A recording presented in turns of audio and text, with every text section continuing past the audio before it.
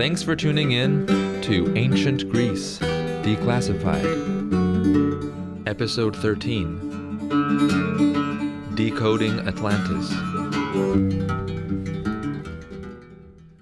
No other story from ancient Greece has fueled so much controversy, speculation, so many theories, investigations, novels, movies, and documentaries as the story of Atlantis, that grand civilization that supposedly flourished thousands of years before the pyramids were built, and was completely wiped off the face of the earth by a giant tsunami, or some comparable cataclysm. Even today, there are people out there looking for this lost civilization. In fact, there are more Atlantis seekers, aka Atlantologists, today than there ever have been before. There's even an online Atlantopedia where you can find an endless supply of articles and theories about where Atlantis must have been. Now, what you may not know about Atlantis is that all of our written quote-unquote evidence for it from ancient times is contained in the work of a single author, the philosopher Plato, who we talked about in episode 8. Plato wrote about Atlantis towards the end of his life in two philosophical works called the Timaeus and the Critias, which are meant to be sequels to his earlier philosophical blockbuster, The Republic. Now, the thing about Plato is that throughout his writings, he includes imaginative stories, and in most cases, they're obviously allegorical. In fact, the use of parables and allegories to make a philosophical point was common practice among intellectuals of the day. Xenophon did it, Protagoras did it, Gorgias, Prodicus, everybody was doing it.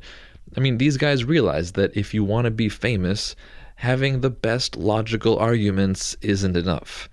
Arguments don't go viral, but stories do. Case in point, the story of Atlantis. Now, what sets the Atlantis story apart from the many other tales, parables, and allegories scattered throughout Plato's works is that Plato actually insists that the story of Atlantis is true. And also, it's the only tale that appears in more than one of his works. So, does that mean that he sincerely believed in Atlantis? In this episode, we're going to consider both the possibility that the story of Atlantis was made up and the possibility that it may have been inspired by actual historical events. And we'll explore the pros and cons of each hypothesis. Now, in order to follow our discussion today, you're going to need to know a few basics about the story of Atlantis as it's presented by Plato. So here's the deal real quick.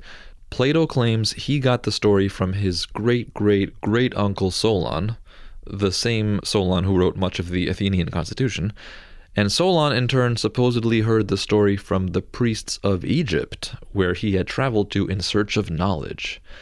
Apparently, when Solon was telling the Egyptian priests the Greek myths about the earliest humans and the Great Flood, the priests were unimpressed and said something like the following: "You Greeks are like children. Your collective memory only reaches back until the last great flood that wiped out your civilization. But there were other great floods before that, which wiped out earlier civilizations, including ones built on the very spot where your city is now. However, Egypt, thanks to its geography, is safe from such cataclysms. Our civilization has been uninterrupted for 8,000 years. We remember the past 4 great floods, and 4 floods ago, an earlier version of your city of Athens accomplished something remarkable, which you have no memory of. When the great power of Atlantis, out in the Atlantic Ocean, invaded the Mediterranean and conquered most of it, it was the Athenians of that time who finally defeated the Atlanteans and put an end to the invasion. Subsequently, Atlantis was hit by earthquakes and a tsunami, and was reduced to a large patch of mud, which has made the Atlantic Ocean unnavigable ever since. That was 9,000 years ago, and Athens too since then has been wiped out several times by great floods." Needless to say, Solon was flabbergasted and fascinated.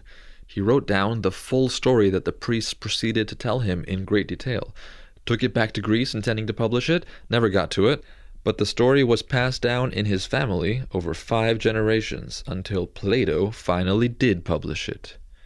Or did he make it up, including the whole backstory to lend credibility to a fanciful tale? Either way, he didn't finish the story. The Critias, which is the second of the 2 dialogues that talk about Atlantis, cuts off mid-sentence, just when things are getting interesting. It's the only work of Plato's that is incomplete, so we don't even know the full story. We don't know if Plato was intending to follow up with a philosophical explanation of it and died before he could complete it, or if he deliberately left it unfinished so that we'd be wondering about it for the next 2,000 years. With us today to talk about the various theories that have been proposed on the meaning of the Atlantis tale and whether there's any grain of truth to it is someone who has traveled to all the major sites that people have suggested for Atlantis and has met with the most hardcore Atlantologists in the world. Mark Adams is author of the book Meet Me in Atlantis. He's probably best known for his New York Times bestseller, Turn Right at Machu Picchu. He's not an archaeologist or a classicist, but he knows what it means to be an investigator. He's worked as a journalist and editor at magazines including GQ, Men's Journal, and National Geographic, and he has probably read the 2 Platonic dialogues on Atlantis more times than any classicist.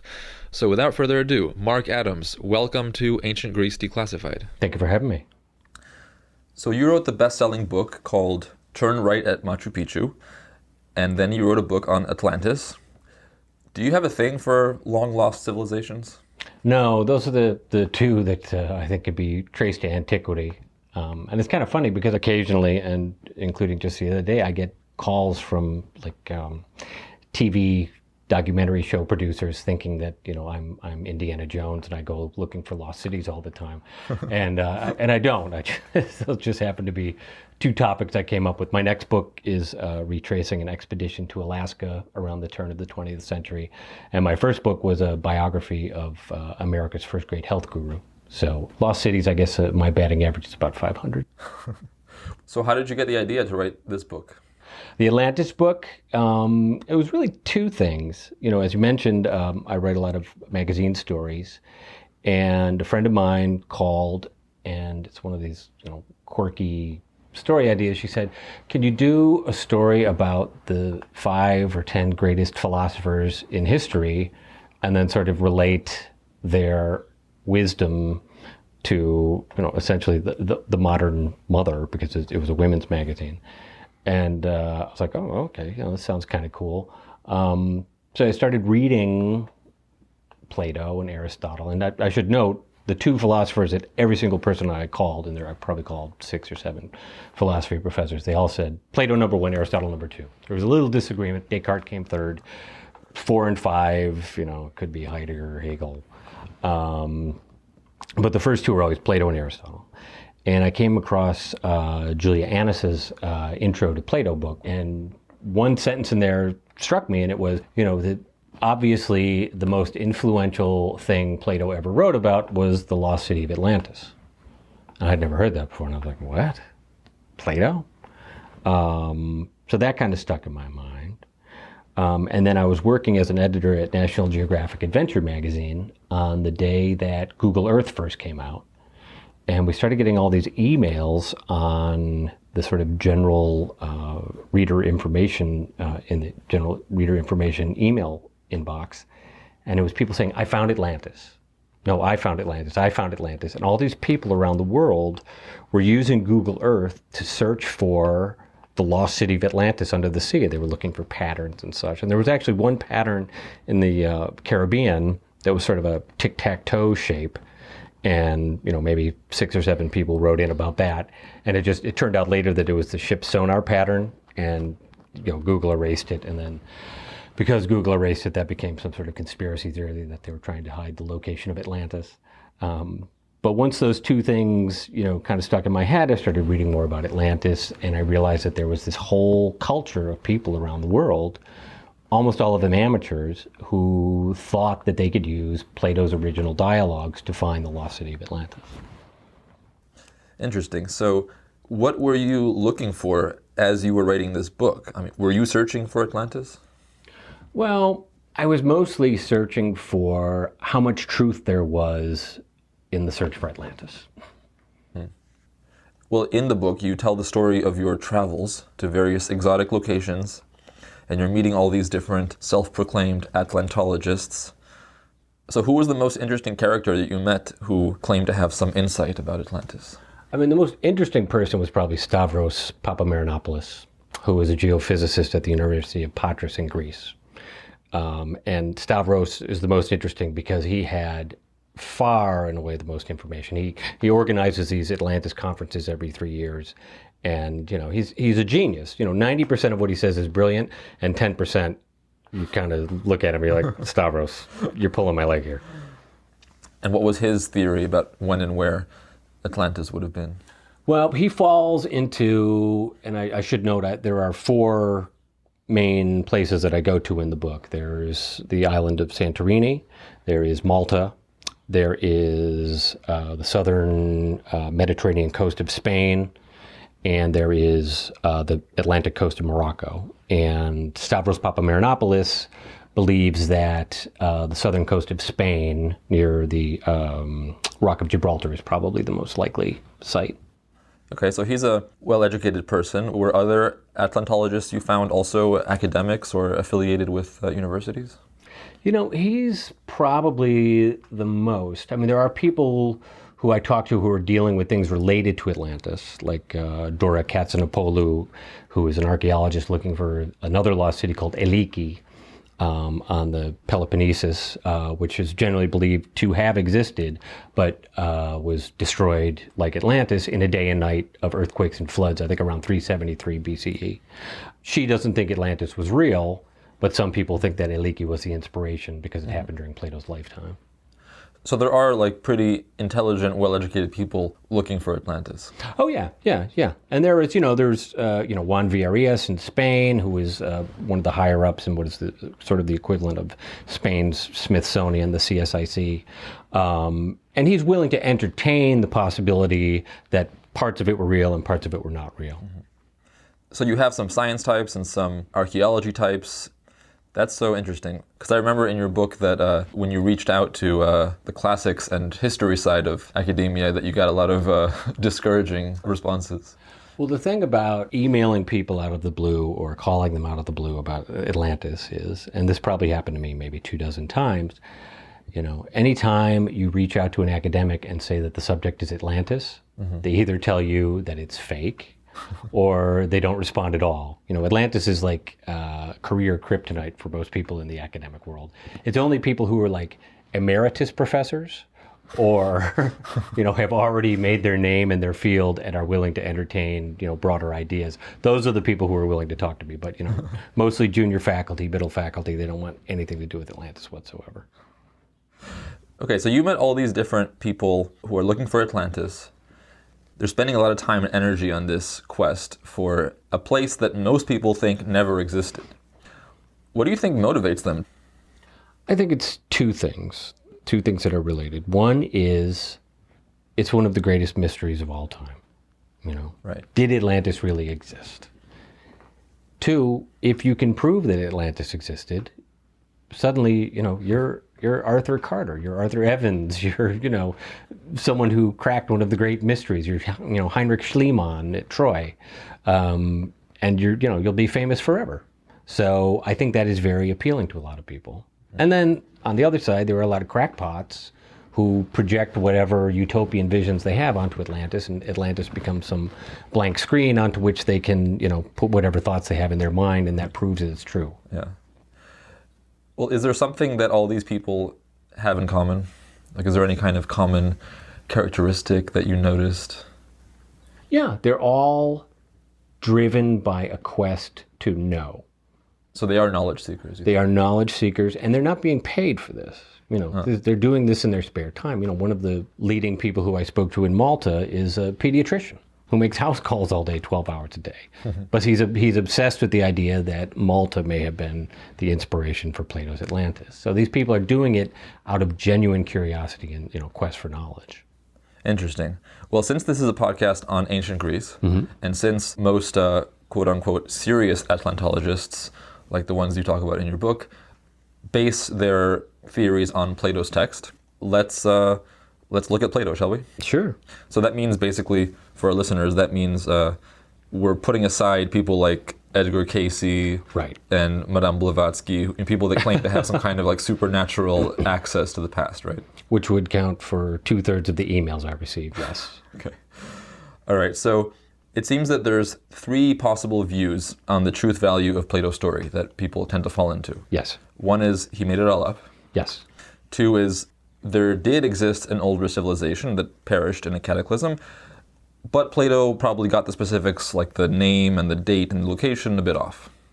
And then 3, the story is true and both the date and the location are accurate. In other words, Plato is very reliable. Right. And so there was a civilization out in the Atlantic Ocean that perished 9,000 years before Plato's time. Right. So let's consider each of those positions. Okay. So number 1, Plato made it all up. Made it all up. What yeah. are some reasons to think that he made it up? Well, some reasons include there are elements in the story such as the sea god Poseidon, created Atlantis and, took a mortal wife and created a mountain and stuck her on the mountain in the center of this island. So there are certain things we can probably discount. Things like, supposedly they dug a canal that was 1,100 miles long and very deep and very wide that was many, many times as much earth moved as was dug out to create the Panama Canal. Wow. The reason why most people believe it is fiction, or certainly most academics, is that we have almost no evidence. We have no 3-ring city. Mm-hmm. We have no inscription from Egypt. We don't have, evidence of a city being destroyed in a day and a night by earthquakes and floods. So the sort of hard evidence that an archaeologist would look for, a historian would look for, is not there. But what about Santorini and... Well, then there is the question of, do we have a version of history? Which takes us to, option number 2. Do we have a version of history that was encoded in a myth and passed down? Plato says that he got the story from an ancestor, or Critias says it in the dialogue, that he got the story from an ancestor who heard it in a temple in Egypt. Right. Is that true? Is that partly true? Did that story morph in between the time, everyone says it's Solon, yeah. Who, Plato's great-great-great-great-grandfather, I think it was. Did that information morph between the time the priest heard it and told it to Solon? Did that information morph between the time Solon heard it and Plato heard it? Think about the things that you probably heard from your great-great-great-great-grandparents. Are they 100% reliable? Probably not, So the point being, in 4 or 5 generations, things can change a great deal if they're not written down. Sure, and the fact that Plato frames this story in this way, like he is deliberately distancing himself from its source, right? So True. that also might True. indicate that he's kind of hedging his own words. Right? Yes.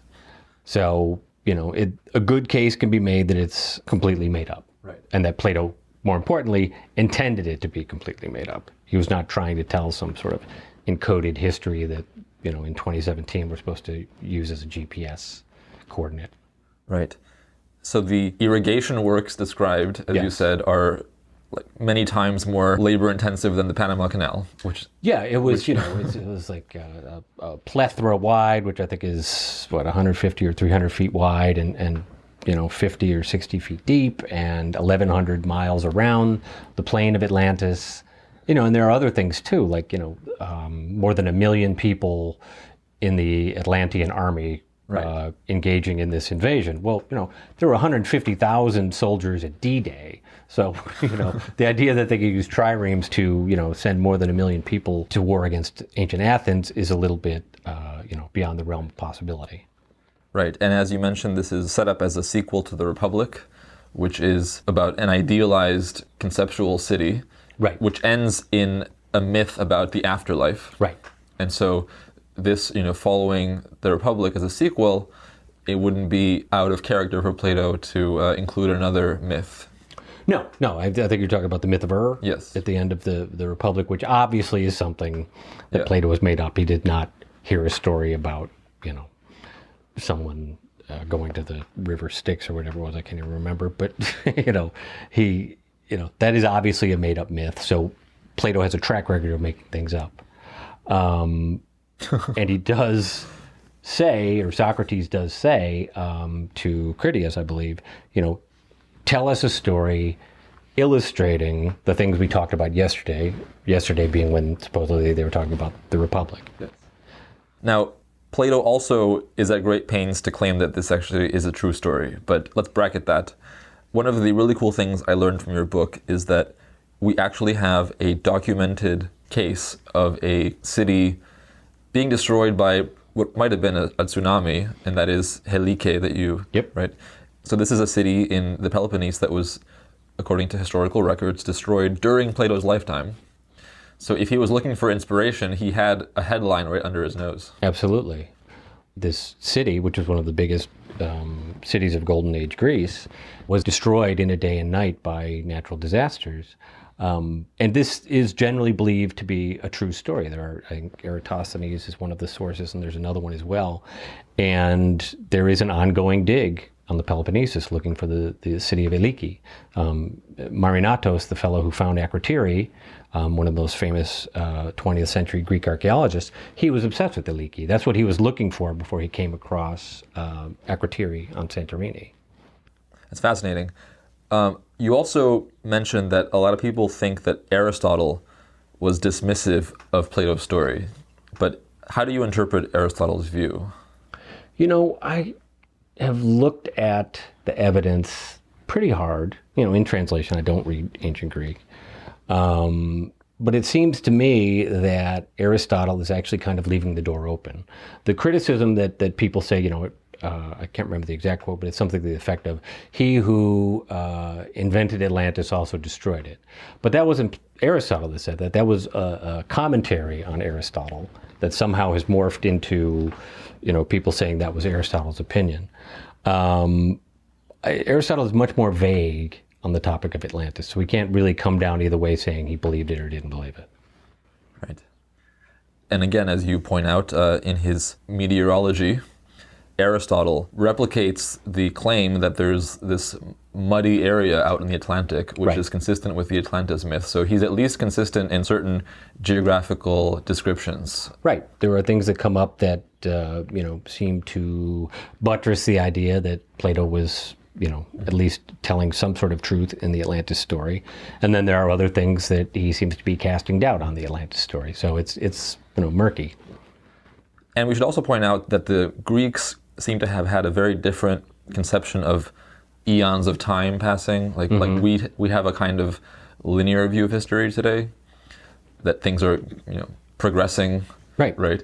And what you find in Plato and Aristotle, and even in Polybius's histories, they all make the same claim, that the human race has been almost wiped out periodically by these cataclysms, and things kind of start over. So they really had a kind of entrenched belief that history is goes really far back, and cataclysms repeatedly happen. Absolutely. And, Plato says as much in the Timaeus. He says, isn't it true that time is cyclical and we have seen these disasters time and again? He lists the floods. He lists, Deucalion and one or two other floods, the myth of Heraclion. So, yeah, it's one of the biggest issues in dealing with trying to decode the Atlantis story is the 9,000 years number that everybody gets hung up on. Right. So there are many reasons, obviously, to doubt the story. Certainly many of the details are extremely difficult to believe. But Plato is at great pains also to insist that this is a true story, right? I mean, unlike many other myths that he includes in his writings, this one starts with Critias saying to Socrates, quote, "Listen then, Socrates, to a tale which is very strange, but absolutely true." And he repeats that term true over and over and over. So the question becomes, is he saying it's true because it's true? Or is he saying it's true, but he's winking, Yeah. to his students and saying, it's true, I'm saying it's true because you obviously know it's false. Well, what's your hunch? Do you think that Plato believed that the story had truth to it? Oh, some truth to it? Absolutely. There are too many things that come up in the story that lead to things that we do have actual concrete proof about. And probably the best example would be the half of the story that everybody forgets, which is the part of the story that takes place in Athens. Right.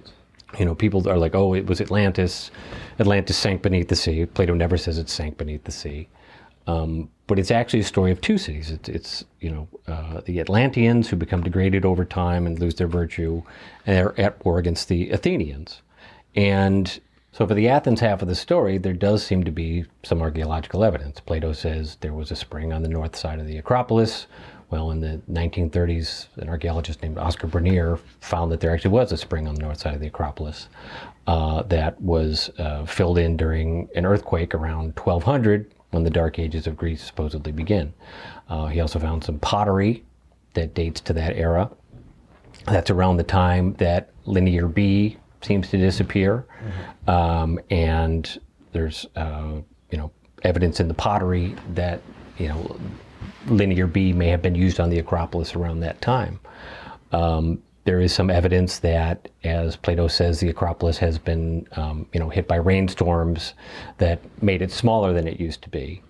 So he obviously wasn't just making this stuff up off the top of his head. The question is whether he was using information that had been passed down for 800 years, or whether he was just using bits and pieces that he was putting together in sort of bricolage, and we don't know.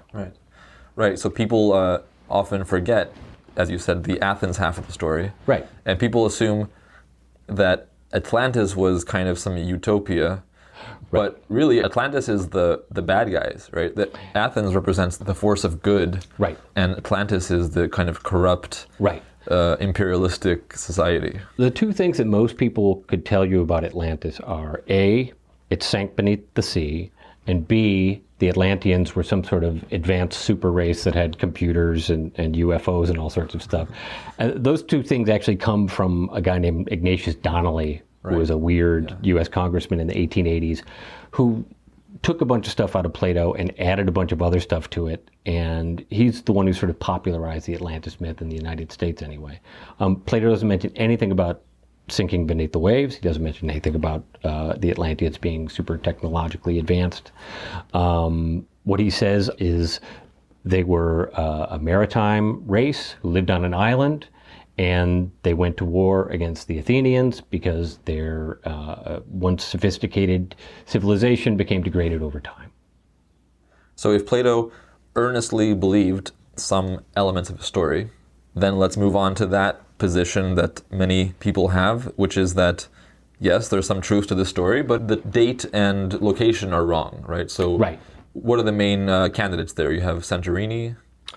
I would say the four primary candidates for the original inspiration for Atlantis would be the island of Santorini in Greece. And Santorini was actually sunk. Well, a lot of it was sunk by a volcano. Well, the thing about Santorini is there was definitely a disaster. There were definitely huge waves created by the Thera explosion, as it's known, which occurred around, depending on whether you go by pottery or carbon dating, around 1600 or 1500 BCE.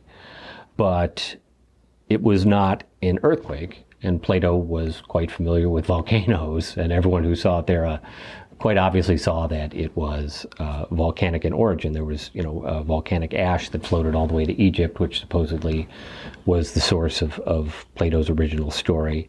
So that raises a question. On the other hand, Santorini is far and away the best archaeological evidence we have of a civilization that disappeared. So that's what most academics will latch onto. They'll say, well, if part of the story is true, it's Santorini, because we have evidence for that, which makes sense. And it has the enigmatic red, white, and black rocks. Red, white, and black rocks, but which, truth be told, are not unusual around the Mediterranean. But a lot of people do because Plato says that there were some walls of white rocks and some walls of red rocks and some walls of black rocks, and people have been trying to find where do you get those three types, right? Right, exactly. And if you go to Santorini, there is the famous red beach, and there's the black beach, and True. there's the white beach. And I think much more pertinent as evidence is the fact that Santorini is circular. It's a ring, much like the ring of Atlantis. It's not 3 rings, but it is 1 ring. So there are a lot more places in the world that are not circular than there are that are circular. The second candidate would be Malta, which there seems to be some evidence did disappear in a natural disaster, perhaps an earthquake and flood, even before the Egyptians started recording their history. The oldest temples, Plato starts talking about these incredible temples in the center of Atlantis. The oldest temples we know of in the Mediterranean are those that are on Malta. They date to, I think, 3,000, 3,500 BC. Yeah, that's amazing, right? I mean, like, people don't talk about that. No, it's a full millennium before the Egyptians start doing, their amazing things, 3,000 years before the golden age of Greece. And there does seem to be some evidence that the Maltese were suddenly wiped out all at once. Then there is the city of Tartessus in southern Spain. Comes up in ancient accounts again and again. Aristotle mentions it at one point. It's never been found, though. Never been found, but I think it's generally regarded as true by ancient historians, certainly by ancient historians in Spain, which is where it is supposedly located. And there is some evidence that there was a city just outside the Pillars of Hercules near Cadiz, which Plato actually mentions by name. He mentions Gadira, which is the same thing. Then there is sort of a dark horse, which is a spot on the Atlantic coast of Morocco, which a fellow in Bonn, Germany found using data analysis, using all of these numbers and locations and things in Plato. He plugged it into an algorithm and told me that, he put it 7 sigma accuracy that it had to be this one place in Morocco. 7 sigma meaning like 99.999% accuracy. But there are a lot of people who have claimed that they have 99.9 or 99.99% accuracy. And you actually traveled to that spot in Morocco that has these concentric rings, right? So what did you think when you saw it? Well, Michael Huebner was the fellow. He died, unfortunately. And he took me out there, and it's impressive. There is, a concentric circle structure. It's natural. It's not man-made. It does have an island at the center that seems to have some sort of ancient architecture of sort, some sort of stone architecture in it. It is outside the most popular Pillar of Hercules. And it is in a spot that is prone to earthquakes and floods. It's right near the Gibraltar-Azores transform fault, which time and again, including in 1960, it's right near the city of Agadir, which is another city that could be the Gadira that Plato mentions in the Critias.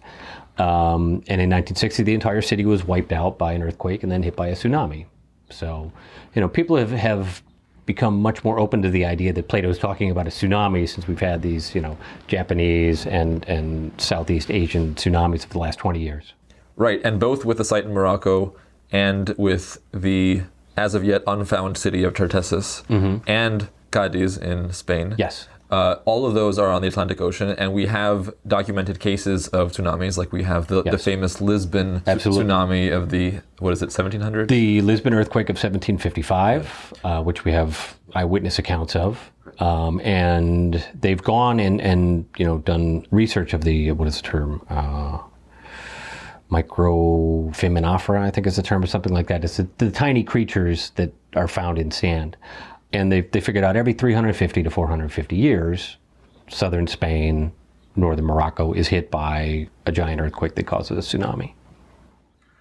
And finally, we have the Sea Peoples, who we encountered in episode 2 with Eric Klein. Yep. What's interesting there is that the Egyptians, according to Plato, they tell Solon that these people from the sea, from the west, come and they attack everybody in the eastern Mediterranean. Right. And that sounds a lot like the Sea Peoples, right? So, that's another example of a Bronze Age kind of version or candidate. It is, it's completely possible that Solon really did go to Egypt. It's completely possible that an Egyptian priest did tell him a story about invaders from the west coming and causing all sorts of havoc. And it's completely possible that those invaders actually were the sea peoples, and maybe the Atlantis story can all be traced to that. And in fact, Eric Klein and other archaeologists are starting to think that the sea peoples did come from the west. Mm-hmm. The problem there is that we don't have any record of the Athenians stopping them. No. And we don't have any record of them attacking Athens. Right. Yeah. And there are various other things that don't match up. There's no circular city. Yep. So the question is that the kernel of truth at the center of the Atlantis story, or are there various kernels that Plato popped together into one big bag of popcorn? So here's one problem with all these Bronze Age theories, and that is that Plato, again, he's at pains to say, no, it's earlier than that, right? Because he mentions the flood of Deucalion. Deucalion is the Greek Noah, basically, right? Yep. And we know from a record called the Parian Marble that you mention in the book that the Greeks generally believed that was about 1500 BC, which is, again, that's around the time you have the Santorini explosion. Right. But he very explicitly has the priests tell Solon this is like the third flood before Deucalion. So he's saying, don't think this is like the most recent flood that we all these different civilizations remember. Right. This is way earlier. Right. So let's go back to the number he gives, which is 9,000 years before his time. That would be 9,000 years before Solon's time. So that it would measure up to about 9,600 BC. Yes. Is there any plausible argument that anybody you met puts forth to support that view? Not really, just because, triremes had not been invented in 9600 BC as far as we can tell. The thing that does come up again and again is that 9600 BCE, unfortunately from my point of view, happens to match up with the end of the last glaciation. The Ice Age. And the Ice Age, and therefore seas were rising at that time. So people are like, well, it sank beneath the waves. Well, as we've seen, Atlantis did not sink beneath the waves. It was destroyed in a day and night, Plato says. Then there's the question of, did the Egyptian priests tell him 9,000 years, but they meant 9,000 lunar years, which would match up with the 1200, 1500 dates pretty well. I asked someone at the University of Chicago, Professor Johnson there, and it was the expert on this kind of thing. She's like, no, the priests knew the difference between a lunar year and a solar year. But there is an interesting data point for this, though, which is, I think the guy you met in Malta points this out. Yeah. That in the laws, Plato claims that Egyptian art goes back 10,000 years. Yes. Which is, according to our knowledge, just not true. Right. So the time scale he has seems to be magnified by about a factor of 10. Right. And so we have at least one kind of verified data point where he gets the time 10 times longer than it should be. Right. And so that would, under that way of looking at it, the 9,000 years old might actually be 900 years old, right, which would really fit well with all the Bronze Age theories. Which would match up with the theory dates almost exactly. Mm-hmm. The problem with all of these theories is that people reverse engineer them from their conclusion. Yeah. And they say, well, Plato was talking about seasons. He was, so that matches up with 2200 BCE. Or, it was the lunar calendar of the Egyptians, or, whatever conclusion they've already come up with, they tend to reverse engineer Plato's story to fit their conclusion.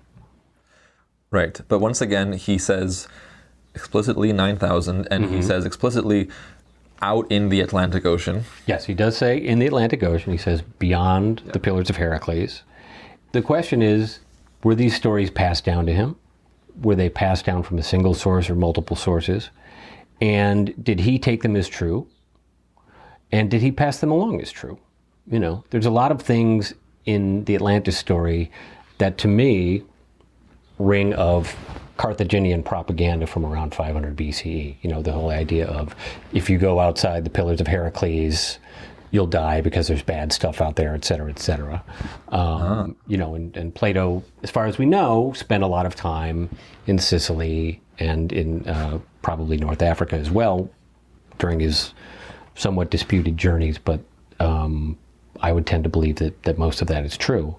And in fact, this famous British analytic philosopher named Gilbert Ryle, He proposed this theory in a book called Plato's Progress, that Plato wrote the Timaeus and Critias in order to present these works in Sicily. And this is a time when the Carthaginians were becoming more and more powerful. And Ryle suggests that Atlantis would have been an obvious metaphor for Carthage, and the point would have been, wake up, you Greeks in Sicily, because Carthage is coming. Right. That theory has not been widely accepted. Well, there's also the theory that Plato wrote the first work of science fiction Right. 2,000 years before science as we know it was invented. People will go to great lengths to come up with theories to explain why Plato came up with this story. And Plato could have had a lot of really profound reasons for making this all up, right? He could have had many profound reasons, and the one that is most uncomfortable for people who are trying to find Atlantis is the Pythagorean influence on Plato's work. Plato did not take numbers at face value like we do now. People tend to come to the Atlantis story now, and Plato says, something was 50 stades, or, the rings were so many stades apart, et cetera, et cetera. They don't understand that Plato wasn't necessarily giving verbatim data that somebody had written down like some sort of urban planner. He had other uses for these numbers, most of which perhaps we don't even understand. Yes. He certainly believed that mathematical, relationships or structures mirror aspects of our physical world. Right. And actually, if I could meet anybody from your book, I would meet that guy at the end. Is it Bremer? Oh, you can meet him. Go up to Vermont. I would love to meet you. Are you kidding? So he spent, decades looking at the mathematics of these dialogues? Yeah. John Bremer, who has spent 50 or more years counting the syllables in Platonic works, it's a process known as stichometry, has figured out that at certain ratios of Plato's works, like the midpoint would be 1:2, and Plato, of course, as a Pythagorean, was obsessed with ratios, certain things happen, certain tone shifts happen.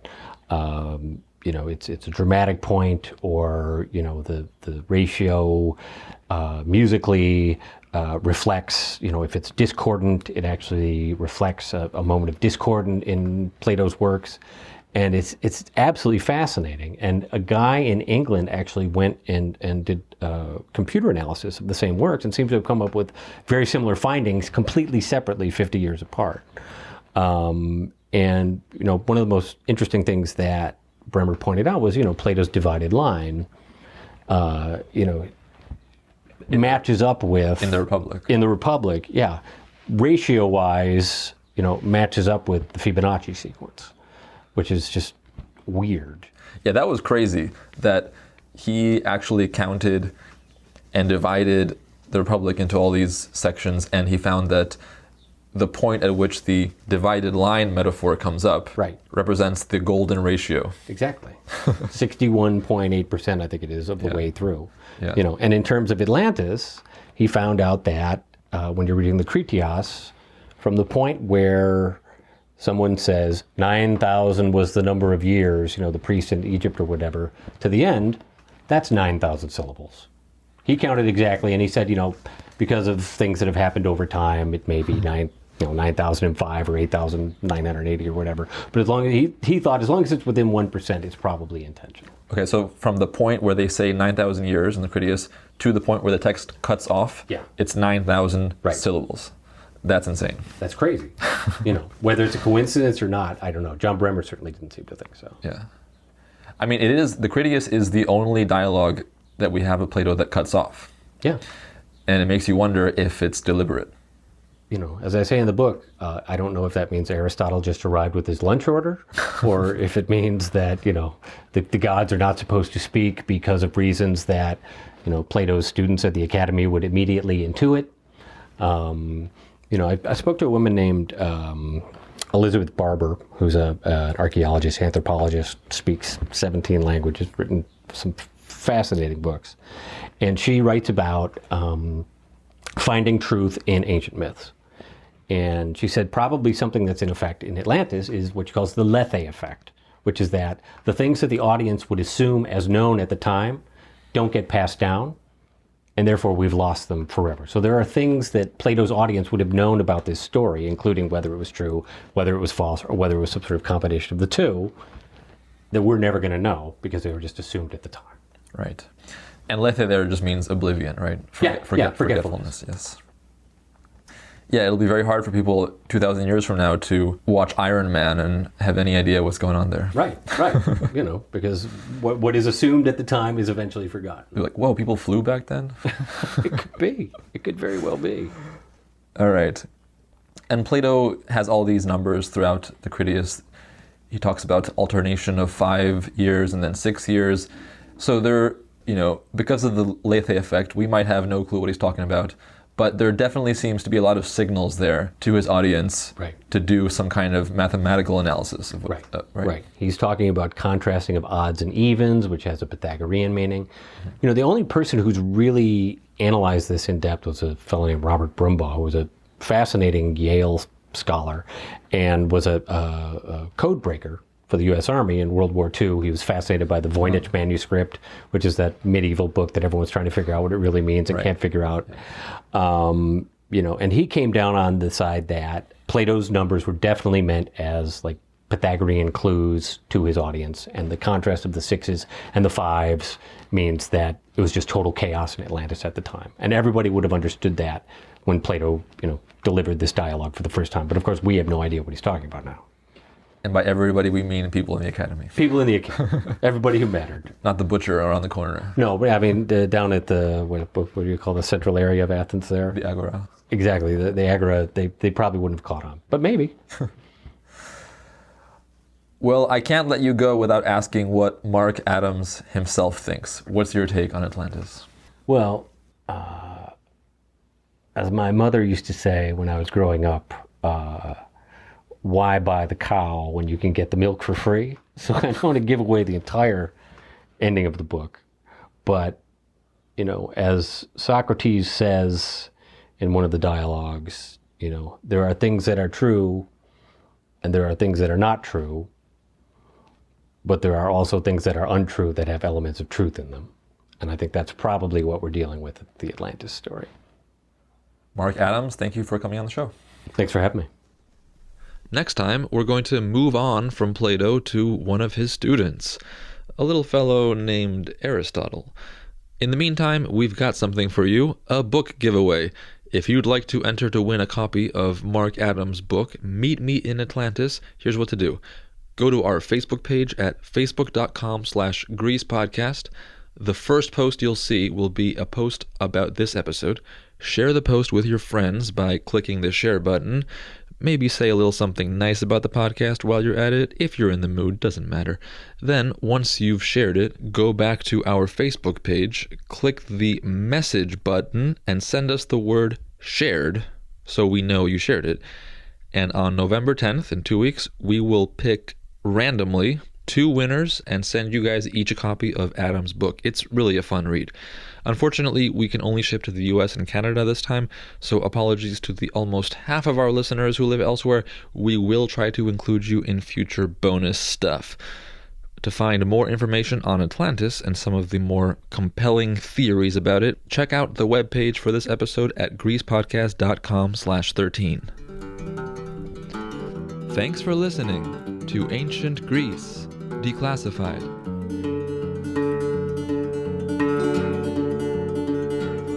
Can you still sing Orpheus? Then sing something that's going to last.